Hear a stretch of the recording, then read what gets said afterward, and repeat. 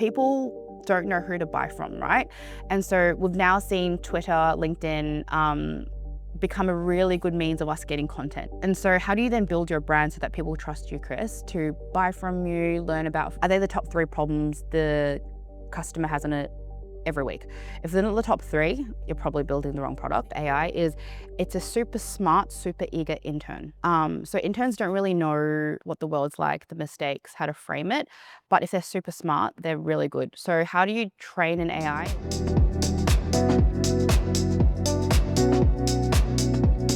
Welcome to the Digital Nexus podcast. In this series, we're going to be getting down and dirty with leaders and founders in the AI space. We want to get an understanding of how they utilize AI, how they're building businesses around AI, and even the strategies and future impact of AI within the world. Today, I'm joined by a very special guest, Serena Lam, founder and CEO of Fuzzy, a platform that's turning LinkedIn and email into a brand-safe, AI-powered outreach that actually feels personal at scale. We're going to be diving deep into the founder journey, giving you insights on the things that you should be thinking about when you're going into building and starting your own organization. We'll unpack what defensibility really means when anyone can now package up and ship an application, and map out the line between useful agents and the human touch that still closes big deals. Thank you for joining us on the episode today. Thanks for having me. You've made a long journey all the way over from Singapore. I want to say it was just for us, but it's definitely not the case. How was your flight over? What's the... Founder life at the moment. So budget airlines all the way. Oh yes. Oh God. Who'd you fly with? Scoot. But I had a poor man's business class. I think because it was such a last minute flight. Yep. It was the premium option of the Catalyst class. So then I got 3 seats to myself in exit row. Oh, Basically business class. that is It's the great. experience. Basically business class. The last time we flew, it was over to Queensland. It was for a friend's wedding of ours, and it was the same thing. It's like you're looking at the flights the days leading up to it and seeing how many seats are filling up, and you're like, all right, I'm going to plan my seats. Yeah. I'm going to put one there and then put a gap there and put the other person there. And please no one fill up the bills. Yes, smart. And like 50% of the time, depending on how big the flight is or what time of day, like you're going to get the whole row to yourselves. And the last couple of days we've been at S2S, we were there together. Yeah. Super fun. How'd you find that? Yeah, some of the talks are really good. One of the things I was talking to mate about, I was like, I think always, every time I listen to a talk, it's always, the ones that I find the most interesting is problems that I haven't faced and getting really to the real problems, like not the surface level. And I think I really appreciated some of the speakers who did speak. They went to, I guess, the real stuff, not just the surface level. Everything's great. And so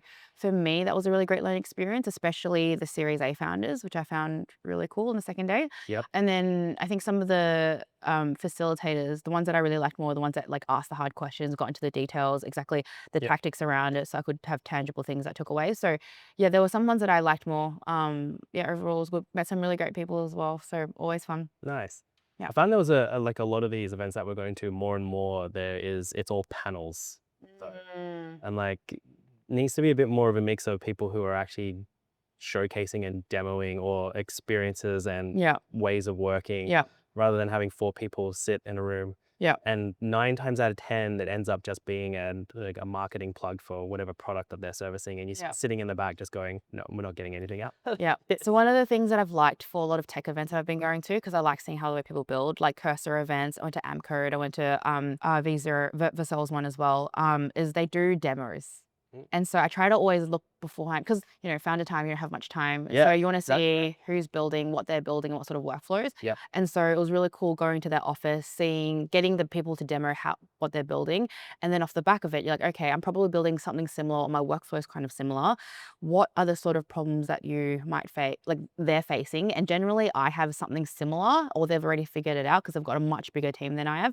I can just pick their brain. And I find it the best because sometimes mentors and advisors wouldn't even know because they're not building. Like now, like a lot of mentors and advisors, they've made their life, they're kind of retired.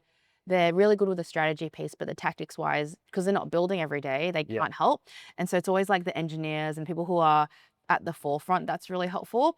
One of the things that I don't go to a lot of events now, purely for the reason is I've also seen, so events can be good and they also can be bad. Yeah. Some of the talks I go to, you realize that the knowledge or the things that they share there is a bit old.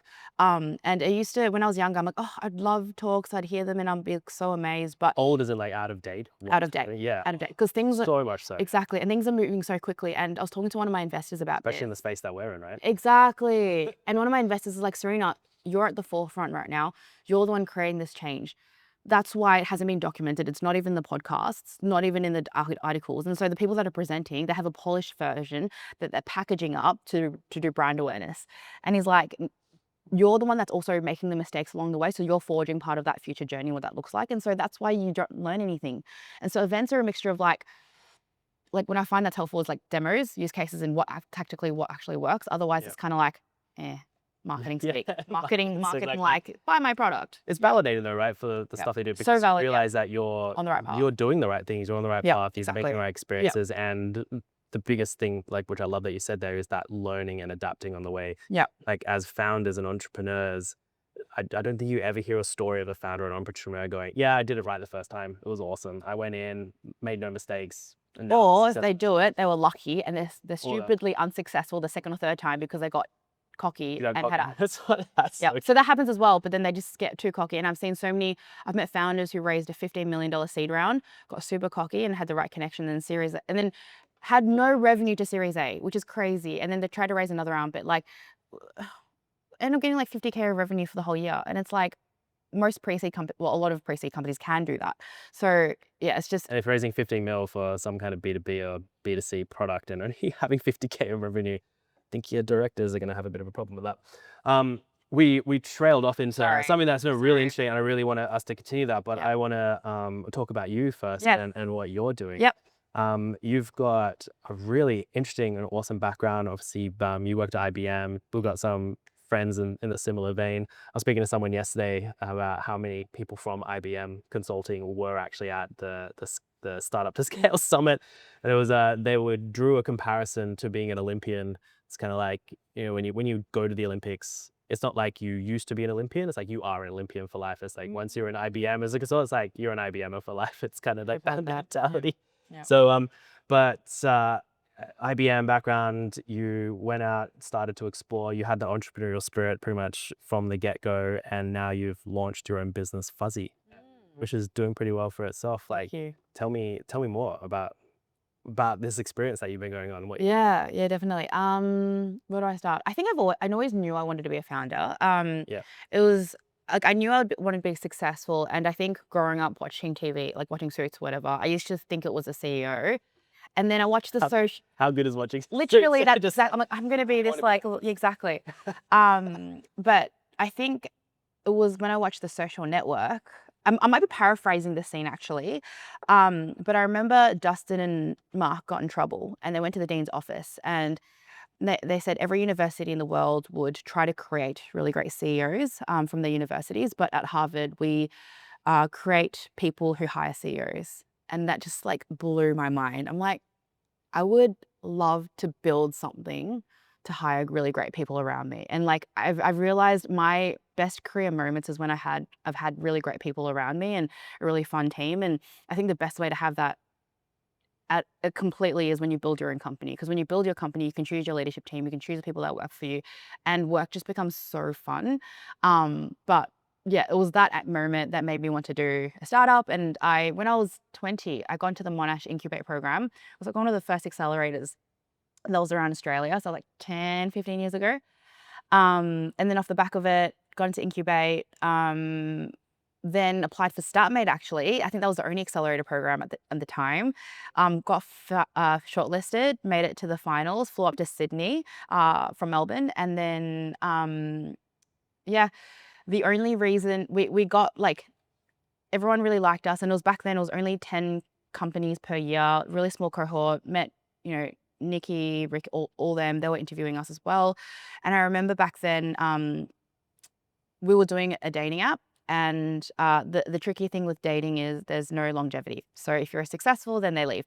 So you don't really have frequency in terms of customers and retention if you're doing a good job. So obviously there's like tricks around that as well. But our developer at the time ended up leaving because he got a grad offer. And I think we were like quite young right then. And then it was really hard to meet like engineers who wanted to risk like a great software salary to come work with us. And so, yeah. It's one of the experiences that I've had is trying to find a good developer who can go on that journey, but knowing that they also have their needs as financial, the day to day at the same time. That happened with one of my first co-founders. Taking a risk to Yeah. jump in with a startup is like a big thing Huge. I mean, it's a big risk for anyone, right? Yeah. It's just what separates entrepreneurs and people who just want to work. I think it's trickier when the software engineering salary is so attractive. Mm. It's like, do I come work with Especially you? Exactly. AI Exactly. Do I leave my 200, 250K job? Or do I come work with you that might only get me 1 or 2K a month? Maybe, right? Plus Yep. equity, like living for the long term, 7, 8 year dream. Like, you know, my first co-founder, I think I told you, I think it was 2, 3 months in, he said he had to leave. And I completely understand he has children, commitments and stuff. But I think there's a false narrative on how fast you can get to the unicorn or get your first million. And so I think that makes it really hard when you are bringing in tech talent early on when you don't have a lot of money and then you're trying to sell the dream. Yeah. Yeah. So true. It ends up coming for the people that can't find those types of people. It's like, it's the same kind of mentality as a salesperson. It's about the grind of just continually going out there and just Yeah. talking to more Yep. and more. And eventually we'll find that one person Yeah. who's like, you know what, I'm going to come on that Yeah, journey with you. exactly. Whether it's full-time, part-time, Yeah. or, at least some kind of contribution to get you off the bat. And then Yeah. you can pick up the next person, pick up the next person. Yeah. Um, Sorry, I derailed. So yeah, no, did yeah, that. that's great. Did IBM. Great thing about IBM is it could fund my side projects. And Yeah. really great thing about IBM is you have this huge network. I was able to go to the US, go to China, go to India.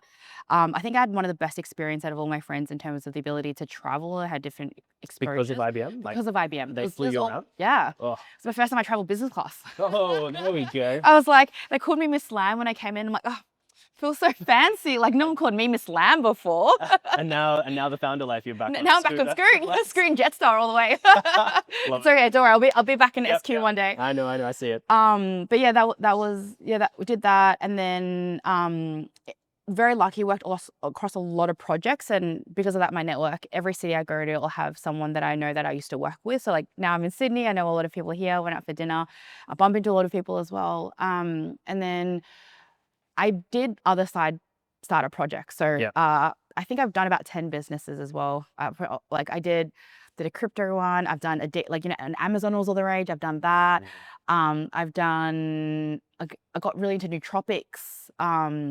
I got into, I did a lot. Anyway, failed a bunch of time, lost a bunch of my own money. I was gonna say, how did you map balance going, you're in a business, IBM consultancy, Yep. quite, high Yeah. profiles, obviously quite busy and very hard. And at the same time, you're trying to balance this entrepreneurial Yep. work life that you have doing obviously outside of IBM. Yeah. How did you find balancing that? Did you have a process, or was it just a grind, or? Yeah, I think Jeff Bezos says is like, you don't really have balance, but you have harmony, and you kind of figure out how you work it out. And sometimes you get stretched too much. Sometimes you just have days where you can do nothing. Yep. I'm kind of like an all in person or an all out. Like I'm the two extremes. I don't balance well, but I don't think I can. Like I feel like structure for me doesn't work well for me. Like I'm not that sort of person. I need to be like, I'll spend, 8 hours, 14, 15 hours a day doing one thing, but I have to go deep, or not at all. And I think one of the things I learned early, if I were to redo my journey again, is I would have started earlier and left it earlier, because I think doing the half-half you end up doing everything half-assed as opposed to doing one thing really, really well. And And you're being still obsessed. talking about jumping into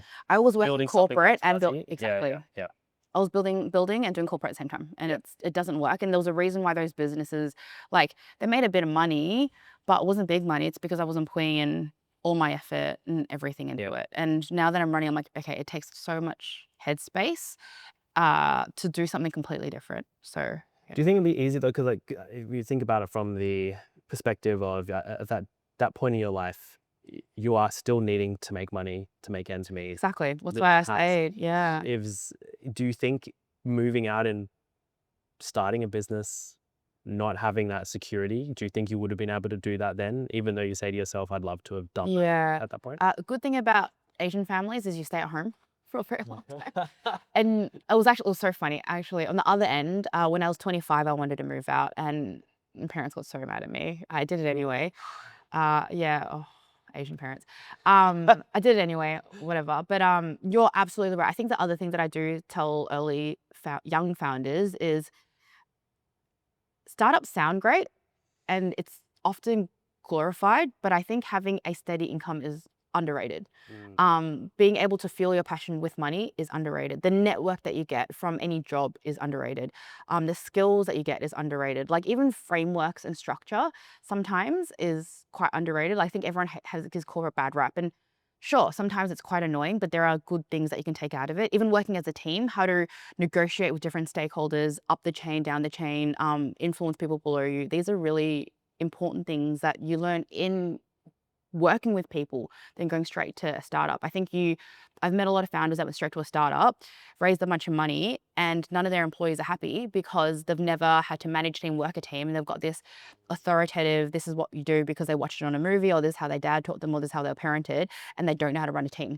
And so what they end up having is high churn. Like one of my competitors, a huge churn, right? So they end up bringing people in, they end up losing money Yeah. because these people don't feel fulfilled in the workplace. And these are small skills that you learn in your early career when you are working around people. And so there is a lot of value working with people early on that I think is underrated. Yeah. And then on the other end, yeah, money is super important. Like I think um, it's important to enjoy things as well. Like I'm on like being able to do things like have a breakfast. It's such a small underrated thing, but going to a cafe and having avo toast instead of just having ramen all the time, it can change your day a little bit, right? Like even once a week or something like that. It's a luxury in this economy, but I think being able to have money to support that, I think Yeah. is really important. So, um, As much about mental health in those moments, right? Is like yeah, if you're constantly eating ramen and you're just getting upset by the food, even regardless of what it's doing into you inside. But if you're just like, oh man, I'm just so depressed about this, you need those moments to be able yeah, to go, actually, this is okay. I yeah. can do this, splurge on myself a little bit more. But Exactly. And on the other end, I think being in corporate is you can see how big things get. So I see these corporate events and I'm like, I can like if I get rich, it's like if when Fuzzy becomes like a unicorn, this is the sort of things I can do. And yeah, now you have a dream, now you have an anchor. It's not a fake thing. It's like, okay, I've seen someone else do it, I can do it as well. So I don't know. I think not having a job is underrated. I really think everyone should have some level of working with a team. some foundations and stuff. Like, talk me about you mentioned Fuzzy now a couple of times, which is Oh obviously yeah, sorry. no, no. This is great. I love this, Yeah. and this everything that you said is really insightful. It's really important. And I see it day to day with other people who have jumped into starting a business or never actually worked in corporate. They've been, either freelancing their whole life and then they want to start a business. And you can see the gaps that they have when it comes to dealing with people, dealing with sales, dealing with even just engaging with, Hmm. their current clients and etc. Hmm. So everything you said there, Hmm. really, really important. And I really love it. But I do want to talk about Fuzzy Yeah. and what So the journey yeah. that you've been going on with that. Tell me what Fuzzy is. Like, Yeah. So I yeah. know I've been using it Thank you. myself, Yeah. which is why I reached out to have a chat with you about it. Yes. So Yeah. So sales, we're a sales AI company. What is it? We essentially help you turn content into paying customers. And so what we've seen now is there's a lot of you see Mr. Beast, KSI, all the YouTubers. Everyone builds a brand first and they trust you as a person before they buy a product. And we're seeing very similar trends happen on Twitter, on LinkedIn. And so people buy from you as a person, not necessarily a company. yeah, And so now we've thought about what does I spent a lot of time thinking and just researching and then talking to different people on what the future of go to market looks like. Um, I think sales and marketing will converge over time and there'll be a go to market function. And I think the roles that we have today are going to be very different to the roles of the future. And so how I kind of thought of it was in the future, what does go to market look like? And then working backwards, what are the roles that we'll still have? And what are the tools that will be needed to support them? And one of the things that I've seen time and time again is I will buy some from someone if it's one, relevant, obviously, and two, do I trust the person? And so using these themes, I kind of like worked back. I'm like, okay, it's all about creating a brand, creating content. And then off the back of that, how do you engage your lead? So essentially what Fuzzy does is we're a platform that helps you engage your audience, essentially so that you can convert these into paying customers. And we're purely focused on B2B. And off the back of it, we help you do all the live data enrichment. We help you figure out angles to talk to them and then have very personalized, value-based conversations with each of your prospects. So awesome. they already know you, they know who you are. Then we have specific conversations off the back of it. And it's not some templated, hey, I saw a company name, blah. It's very targeted on your passion, your interests, what you like. And AI can do that now. And you can tell it exactly what you want it to do, how you want it to personalize. So it's still like you, Yeah. but we're doing it at scale. So it's not like a one-by-one message. We're able to help you create content, schedule content, find the audience, and then off the back of it, create really personalized messaging at scale across that set of customers. And so we've found that conversion rate increased by at least 5 times by following that sequence, compared to if you were to just cold outreach. Yeah, yeah. Yeah. And so I mean, obviously the big thing around there is AI is a huge part of the foundations of what you guys are building out. From everything from creating workflows, agents in inverted commas, Yeah. they're Yep. managing the process from that Yes. first step to last step and how Yes. you're engaging customer. Yes. How are you utilizing AI to, I guess, bring, especially in LinkedIn, obviously, like people they get bombarded with a lot of messages, Yeah. and there's often it's very clear sometimes what's automated and what's not. How are you Yep. using it to like bring a more human feeling Yeah. to obviously a big important thing for people as they're engaging with people through Yeah. instant messages and the works? Yeah, I mean, I've even made that mistake before. Like the reason why I built Fuzzy is because like I was experimenting and I'm like I made so many mistakes along the way. So yeah, definitely that. LinkedIn's super noisy. One of like I think it's a big question. We do a combination of things. Like obviously use AI agents, we use AI learning models. Not all agents are equal. Not all agents are good. I think one of the things like my pet peeve. That I actually don't put on my website is like we use a lot of AI, but we don't say it because not all AI agents are good. Like I know a lot of, I think my competitors are like, oh, we use AI agents to do data enrichment. But if you use AI, like AI agents aren't deterministic in nature, so then you'll have different responses each time. They're not super accurate, and you'll end up having bad data coming back. And then off the back of it, it's up to the AI agent and how well you've built that AI agent to interpret the data and then process it in a way that is relevant to you. Yeah. So and also people don't realize this, but AI agents are super slow. So you probably you want it for your thinking tasks, but not necessarily your tell me all the information about Chris, and what is he posting about? What's his profile? And so being very smart and intentional about when you use AI and AI agents and when you shouldn't, I think people don't really think about enough. How we're using it at Fuzzy is we think about more of the thinking layer, but we think about how you think, and how you would want to do it at scale. So Yeah. we normally, and you're a customer, is we pull all the information for you, and every salesperson has a different way of how they personalize, how they reach. You can put what you want into our product, and we just build everything out for you. So whether it be you want to talk to a customer about, their what they've posted about on their last post, their education, if you have any relevancy to your background and their background and finding mutual interest there. The industry, news reports. For example, if you're talking to telcos, what's on their annual report and how do you match your company strategy off the back of that, and then do a match like the deep thinking tasks. That's where we see AI going, but not the data scraping and all that. Like no. And then the next layer is intelligence around how to make things better. So cultural nuance. So we've got customers in Germany, Amsterdam, even within Europe, there are very different ways of speaking, and how you approach customers as well. Like Netherlands is very direct and to the point, whereas and Germany is very straightforward, but it's different types of straightforwardness as well, even within those two countries. And how do you write them is very different. And so being able to have cultural nuances, then obviously industry, the role type, finance managers versus sales managers, how you talk to them is very different. The length of so then how do you then start building these models, then train these models and use reinforcement learning to make these models better so your customers end up having better results and then they get higher reply rates. So over time, what we're wanting to build are building these really great sales models that helps our customers get better reply rates over time and train it within their company context. I love that.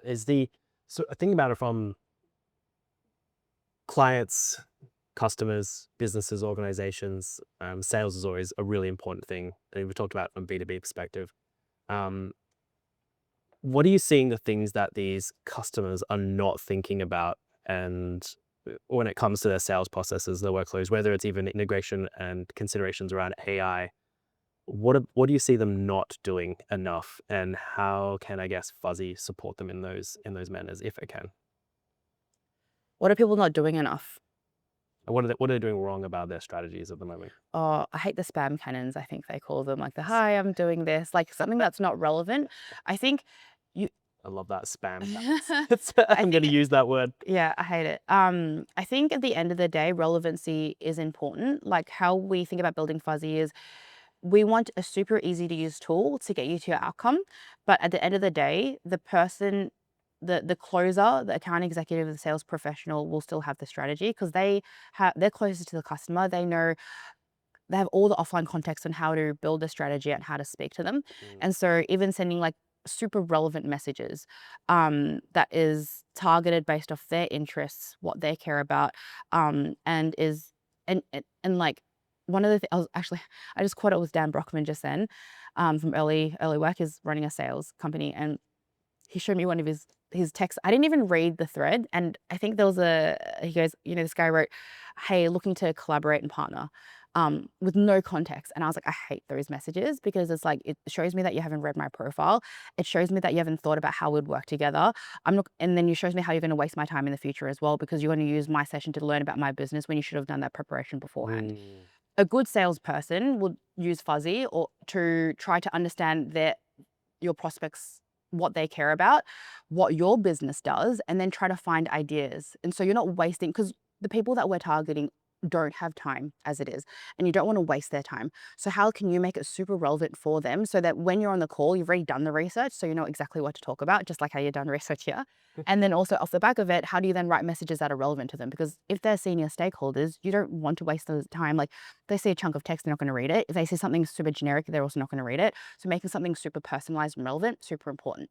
So that's on the hyper personalized outreach side, which we do.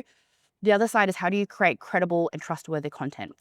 In a world full of noise right now, there is so much shit stuff out there. Sorry, I'm going to use the right word. It's all good. There's so much stuff out there that people don't know who to buy from, right? And so we've now seen Twitter, LinkedIn become a really good means of us getting content. And so how do you then build your brand so that people trust you, Chris, to buy from you, learn about you, learn about the work that you're doing? And so a lot of the time, actually had so many customers from people who have never liked any of my posts, never commented on my posts, but they've seen the work that I've done, the experiences that I had, and we've built a relationship, even though we haven't met. And when we meet in person, it feels like we've known each other for a while. Well, they know me, and then I get to know them. And so we're seeing a move towards what we've seen work really well in the B2C space, in the B2B space. And so we're now helping you. We have tools around helping you engage with your audience, and off the back of that, then make them become paying customers as well. I love that mentality, and the relevancy thing is a really important one. And I was listening to a podcast yesterday. I think it was the Diary of a CEO. I love that podcast. It's inspirational for me in terms of a lot of the stuff that we're doing and talking about now. And they were touching on sales in general when you're having pitch meetings and discussions with people. And it touched a piece of work because my background coming from client services and leading teams across APAC and for an array of clients, you're constantly going in and pitching Yeah. new business with these Yeah. these customers. Yeah. And they were talking about how when you go into a meeting, the worst thing that as a client listening to this that they hear from these people when you're having these moments presenting is that it's just a rambling of tools. It's like, I can do this and I can do this. And the person's just like, yeah, but I only want that one thing. Yeah. And you as a person who is pitching need to understand or pick up on that Yeah. thing that they need Yeah. the most Yeah. and talk about that thing. Don't Yeah. talk about everything because that's all they want. If you start Yeah. rambling about Yeah. all the stuff, they don't care. So discovery is so important. Exactly right. And this comes back to kind of what you're talking about is that relevancy piece. It's, I know I'm talking about it from a pitch perspective, but it still applies from that engagement in social media. You don't want to have someone reach out to you, as you mentioned before, with the the spam cannons just going, hey, I do this product and I've got this and this and this. Exactly. People don't want that. They want to go, how are you going to, Yeah. what's relevant to me and how am I going to help? Yeah. And it sounds like your tool is able to Yeah. cut through that noise and Yeah. pick up on those things and Yeah. help to serve those back to the customers ahead. Yeah. Yeah. That's awesome. One of the other things that I've also like this morning I did an onboarding just before this call, and he's like, I don't care about these tools. Like he's like, I just want to do this, and I like within like 2 seconds I was like, okay, let's spend all our time on this and how do you optimize this workflow, and then Perfect. the rest I was like, look, I'll give you I'll give you a video of everything else if you ever want to do it. He's like, I'm not going to watch it. I'm like, cool, let's Cool. do this, done. And so I think being able to be very targeted, not waste people's time as well, because time is super precious. Like people pay for time now, and so if we can just get super targeted, what you need to do makes it so much better. How much better do you think he felt knowing that you were able to just focus on his needs? Like, did you notice like a Oh, shifting change in? I think no, because he's a salesperson. I think he just kind of expected it Oh, you from did? me. He's like, Yeah, I don't care. Just yeah, talk about it. yeah. Oh, But I think if he didn't, I think he'd be more annoyed that I didn't. yeah. Well, Yeah, I think it would be more the adverse reaction. Yeah. yeah. Yeah. That's, it's like you're like, I'm chasing that happiness, but nope, nope. Okay, cool. But it's not No, negative. it's more that's not negative rather Yeah. than it's yeah. Oh, yeah, fantastic. Yeah. So how long have you guys been in market now for? This is So we're still in beta. Yeah. I think it's more, we have a wait list, which is great, but it's also like trying to find the right customers. I think now we've really nailed out. We're nailing. I wouldn't say I nailed, but we've nailing our ICP. So we're now clear on who shouldn't be using it, who should be using, who should be using, who shouldn't, and we'll probably be more publicly available once we have more resources to do it. And I think a big part of how we do Fuzzy right now is I like having a relationship with every customer, and we do frequent check-ins, and I do that with every single one of my customers as well. And so with all of our products, we do a 1-hour onboarding session with me or my CTO, and we try to have that relationship with our customers. But this beta product is about 3.5 months old. awesome. Yeah, since we I switched mean, over, I've right? seen your Yeah. evolution. It's come from where it was and where Yeah. it's come from. It's Yeah. fantastic. Like you've gone from, simple flows to now more complex workflows, Yeah. which is really means you can be more hyper, I guess, focused on the things Yeah. that you want within the platform. Now you've got the social integrations for making posts and Yeah. pulling those posts. Yeah. It's been really exciting to see your journey, all that stuff. Yeah, and it's great. Like I think we're now at a point where a lot of our enterprise customers are referring us within the organization, so we're like expanding our accounts as well. So yeah, it's really fun that way. Yeah. I want to pull back to this founder journey that you're Yeah. going on with this experience, right? Yeah. And so one of the things I love about yourself is you've got a bit of a design thinking mentality. You've got Yeah. a bit of a design thinking approach to everything, which you've learned from your IBM days as well, which is something that's very like close to me in terms of how I run and operate and anything. How have you found bringing that thinking into the processes you've gone through to build up a product Yeah, definitely. as an entrepreneur? I think one of the tropes of a founder, and I've done this myself as well, is you build the product first before getting to the customer. And so I've spent months and months building something, then showing customers, and they're like, I don't want it. By that time, you've wasted time, you've wasted money hiring developers or working with developers, and it's something that customers don't want. The first iteration of Fuzzy was a Figma page. Awesome. I showed the Figma, that was a clickable prototype as if it worked. And then I just kind of said, hey, the integrations will come soon. I just want to show you the flow. And my validation was the moment someone sent me a Stripe payment. Talk to me about that. So pull it back to, could you explain to us design thinking? So, oh, yes, sorry. No, that's it. Okay. So I love because I see the application there and I'm like, for people who don't know what this yeah, process is, yeah. what is the Design thinking, having empathy with the user, trying to understand their pain point, what problem you're trying to solve, what problems they're actually pressing. In Startup Land, honing it into now, like learning from corporate side to the startup side is, are they the top 3 problems the customer has in it every week? If they're not the top 3, you're probably building the wrong product. If you want to build something that's completely new, if you want to build a truly global startup product that people will pay for, I truly believe it has to be the top 3 products. Otherwise, you're just building a nice to have, and it'll be very hard to charge for it.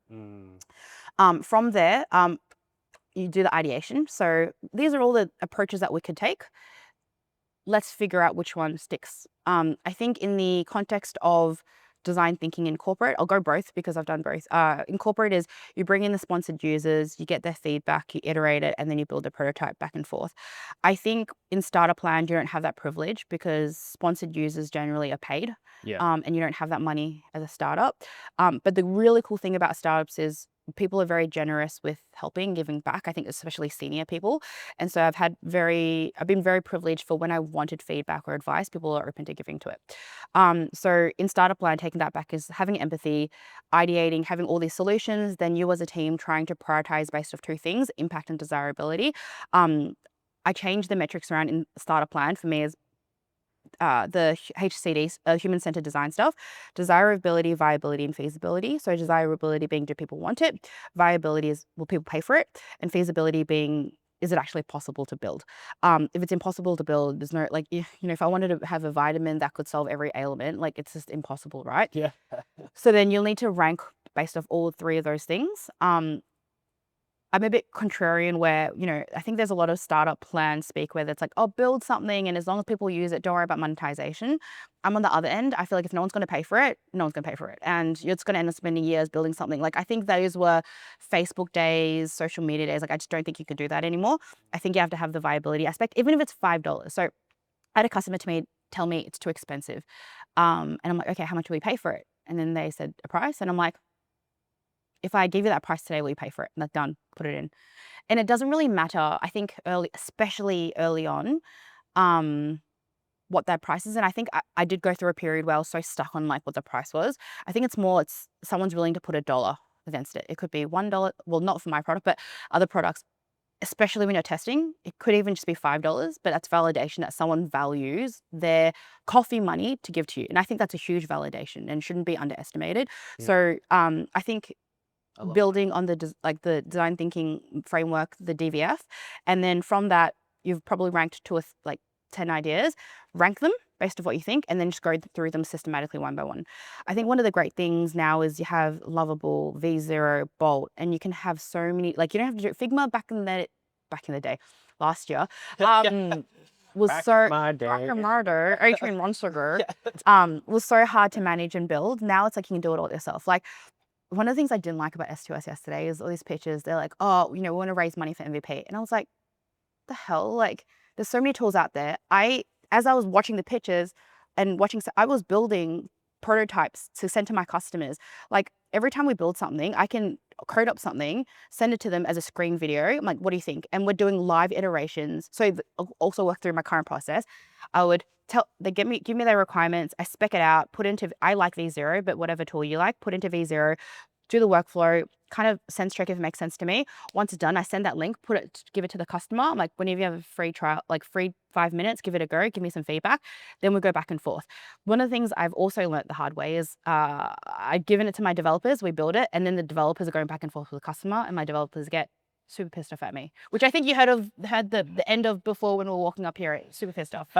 So I try to front load all of that, work with a customer, do the back and forth. And then once we're good with that, then I'll do that and then send it finally. Just because you did it in V0 doesn't mean it's going to work in a real environment.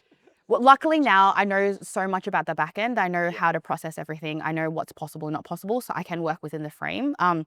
What we called it back in the day, freedom within the frame. So you know what the frame is, but you want to have a lot of freedom in how you do things and make it super flexible. So workflow now is what the problem is, think of a bunch of solutions, work through a bunch of ideas, see which one's the stickiest, so which one's customers like more, look at engagement metrics, and what people are willing to pay for. The other thing I also do is, if we were to build this, would you pay $5 for it? If someone says no, then I'm not going to build it. And then if they do, then it's an add-on, and then you make more money as well. We actually haven't paid it. We haven't actually charged anyone for the add-on features that we've done, but it's more of a sense check of, will this actually create value?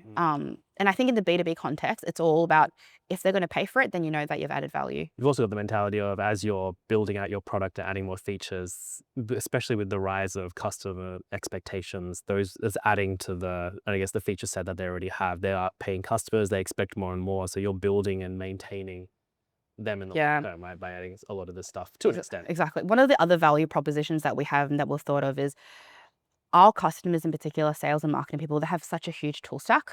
My vision is to put them all into one full stack. Yeah. I don't want point solutions. I want everything within Fuzzy, and I want it super easy to use. I truly believe that AI can do a lot of the hard work and thinking, and in the future, a lot of the manual stuff will remove a lot of what we have in the current tool stack, and it can be embedded into the models, embedded into the frameworks that we have within Fuzzy. So my goal is to have the one platform and embedded quite easily to the end-to-end process. But yeah, baby steps all the way. But you mentioned AI there, and obviously taking a step back and looking at that experience you've gone through, applying design thinking methodologies of how you build your products, testing, validating, repeat. And the key sticker there is that AI has supported you to increase, I guess, the pace that you're able to fast track how you validate, how you engage with your customers, how you learn and evolve. You mentioned, I think VO was one of the ones that you've been utilizing. Like, what other tools have you been able to use to support that process that you've been going through? Like, oh, so many. Yesterday, someone was like, "Oh, how many tools do you use?" I'm like, "I pay for so much." Yeah, same. Pretty much Same. everything. OpenAI, Claude, Anthropic, Claude, Perplexity. I haven't taken the plunge on Grok yet because Grok seems more academic and I think it doesn't suit the sales and marketing context. Yeah. Claude Code, V0. Uh, How do they fit in with your workflow? Like, oh, good question. Sorry. So, day-to-day questions if I want to do deep research. I normally this is a bit different. I think people have different models for different things. Because the models change so much so quickly, I kind of put the same question in all three of the models mm, and I see how it comes back. And then it's also a way for me to test how I prompt across the different models as well. So that when I do in the back end builder for my customers, I can then prompt and refine and fine tune each of the prompts accordingly to each of the models. So I actually have a framework for how I prompt for each of the models that I need to codify and write it down somewhere, but I kind of like know how to prompt each of the models now. So it's actually good for my learning before I give it to my dev team and they get pissed off at me. I'm kidding. We have good relationship, but I always use the three of everything every day. Obviously Perplexity is better for research. I haven't loved Perplexity recently, to be fair. I've found it pretty I can the deep research for Anthropic and OpenAI has been way better. So that's like the research, day-to-day tasks, like a thought partner as well. You can kind of like put in really great mentors to put that in. Oh, another great thought partner that I've really liked is so Lenny's podcast. He has a Lenny yes. bot, so I use that Lenny bot. Jason from SaaStr also has really great stuff as well. So I kind of like, I think they've got like an AI version of himself. I kind of talk to them, so they're like my good mates. And then you can also ask Claude or I think GPT is better at, to be fair, to pretend to be this person.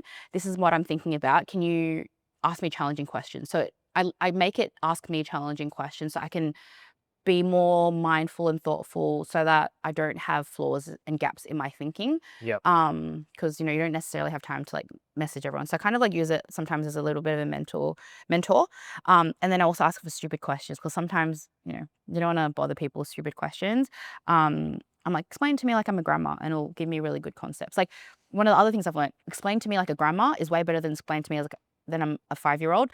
5-year-old, they use like cars and everything as concepts. Whereas grandma assumes you have some level of corporate knowledge. I don't know why it Or just does. general world knowledge Yeah, is like, exactly. Yeah, yeah, explain yeah. to me like I'm a child. Well, a Yeah. child has no concepts of Yeah. business. So Yeah. no, So it's yeah. actually, yeah, so grammar's actually been really great. Like it dumbs it down enough, but Yep. it like gives you real world context. So that's been really great. So that's like, yeah, the research, the day to day, and then design wise. Oh, this is something that I've been telling my friends that I've experimented with recently. So, infographics. So I've actually had a mixture of Gemini, Canva AI actually, and Ooh. then Claude. So I'll tell you what I do. Sometimes when I'm trying to explain a concept, because I think through things when I write it on paper, it feels very complex, and that's not the best storytelling mechanism. And so what I'd do is I'd kind of work with Claude and GPT to think about how I present that information, and I do a bit of a sparring sesh, and then off the back of it, then I put it into Canva. Canva structurally will make it a really great uh, diagram, but it's not really good at the specifics. So when I'm trying to do different things, it's not great. I then put in Gemini. Gemini, this new release, the infographics and the graphics have been really good. So we're actually going to embed that into our product as well from the image gen and video piece for our customers to use too, which I'm super excited about. Awesome. That'd be very cool. Yep, so you'll be able to use it soon. So yeah, Gemini and Canva for the image gen piece. And then yeah, Perplexity for those three. For coding, front end design, V0, can get really quick mock-ups really quickly. But you can do the same with Lovable and Bolt as well. I tried Lovable, I just didn't like the design. It probably pivoted a lot since then. It was a few months ago, but at the point in time, V0 is great and I'm stuck with it. Yep. Um, Backend stuff like I guess Postman, PostHog, Supabase, MongoDB. I use Supabase for my projects because there's a good free plan, and then MongoDB for my actual product. Yep. What other? Yeah, Claude Code obviously. AMP Code I've used recently as well. What do you see as kind of like, as you're going through these processes, what do you see as the sort of things that are going to continue to evolve and change how you're applying this thinking? Like, do you think we're going to be needing to do less and less and less in this space around the design thinking, around the testing and validating, or do you have any idea around what you see will be the things that impact your workflows and what you're doing further? Yeah. Um, how I kind of like to describe AI is it's a super smart, super eager intern. So interns don't really know like what the world's like, the mistakes, how to frame it. But if they're super smart, they're really good. So how do you train an AI is super important.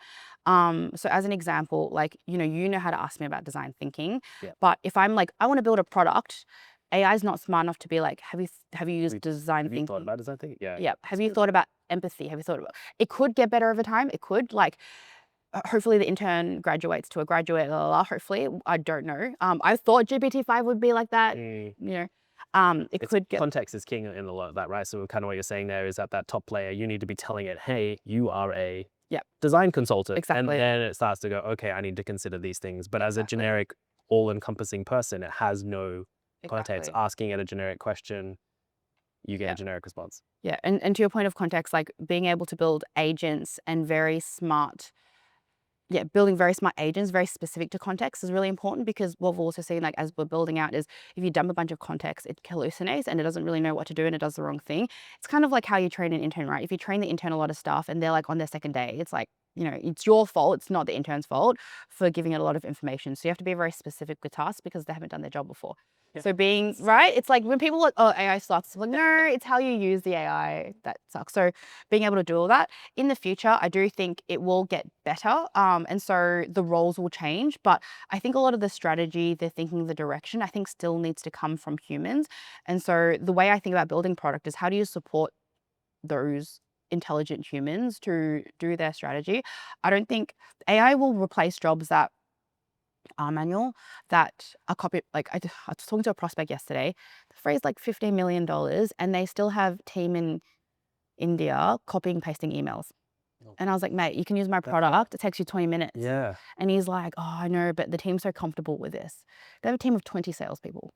Raised 15 million. That was crazy to me. And so there is still, like, those jobs will get replaced. Like the fact that you can do it with us for 20 minutes, that's even cheaper than hiring a bunch of people that are five people.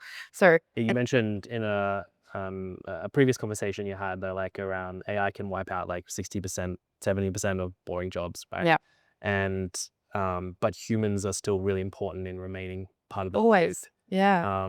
like I guess what are the things that you think will remain as only human as we move more into this world, particularly as things like fuzzy before and Yeah. take over a lot of that workflow that we're talking about? Yeah, I've probably thought most about in the go-to-market context, just purely because I'm in this problem space every day. Yeah. I think the closer for the salesperson, you can't replace. The negotiation, people buy from humans, not from systems. Yeah. And so being able to have this conversation and being able to close and be like, this is the product that I want, that will never get replaced. Being able to understand offline context and all that, it's also a human thing. So the negotiating and closing always has to be will never get replaced. The strategy, very hard to get replaced as well. I mean, a level of thinking can be done by the AI for sure, because you can train it to be like, these are the strategies that I like, help me think through this. But a lot of the thinking, strategy, direction roles, I don't think can be replaced. But everything else, like if you can train an AI to create content the way you want. You can train AI to build workflows the way you want. You can train AI to mirror someone else the way you want. So I think I think everyone needs to upskill themselves, like every single role, except if you're a tradie, then actually you can even use, tradie can even use it to help you like, do plumbing better, right? Or faster and optimize on that. But I really think a lot of the manual, like work where you don't have to think and copy and paste, those will be very quickly gone in the next year or two. But the roles where you need to have some level of thinking, and pause and reflection time will never ever, I think will never get replaced. It's similar like how people are like, oh, I'm worried about Claude Code like taking over my job as an engineering manager. The best engineering managers understand complex architectural systems, and that's quite hard to. It's quite hard to because okay. So one more thing, context windows are quite small right now, and so you can't, especially for big architectural problems, you can't feed enough data into the context window. And so you won't ever be able to replace that unless you've had years of experience. You don't understand what's wrong. Unless you're feeding all those years of experience into that context window, which is like practically impossible, like you can't replace that job. Unless in the future, maybe contact, like it will increase, but Yeah. I think it's a lot of learned mistakes and what's wrong to be able to, yeah, like those roles with learned mistakes, I don't think ever can be replaced. Yeah, Yeah. I think you're right, especially in the short term. Like maybe in Yeah. the years to come, as the systems get more Yeah. like bigger, we get more infrastructure, that Yeah. that might change. But Yeah. yeah, I completely agree. Yeah. Serena, thank you so much for Great joining planning. us on the episode. Thanks for having me. Yeah. Yeah. Till next time. Thank you. Thank you. Thank you. Thank you for being part of today's episode. If you could really help us out by liking and subscribing, that would be incredible. It'll help us to get in front of more founders and more leaders in the AI space to share their stories and hopefully give value back to you in the future. Thanks again.